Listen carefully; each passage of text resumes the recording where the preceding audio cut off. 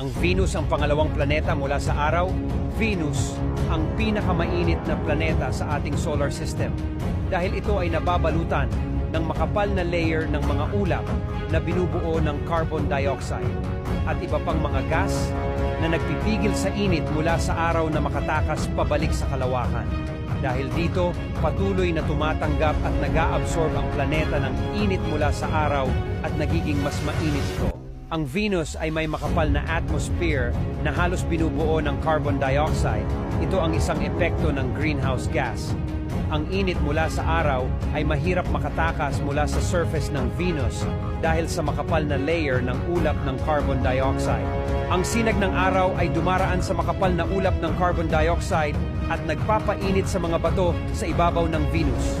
Ang orbit ng Venus ay kakaiba. Una, ang Venus ay umiikot sa kanyang axis na kabaligtaran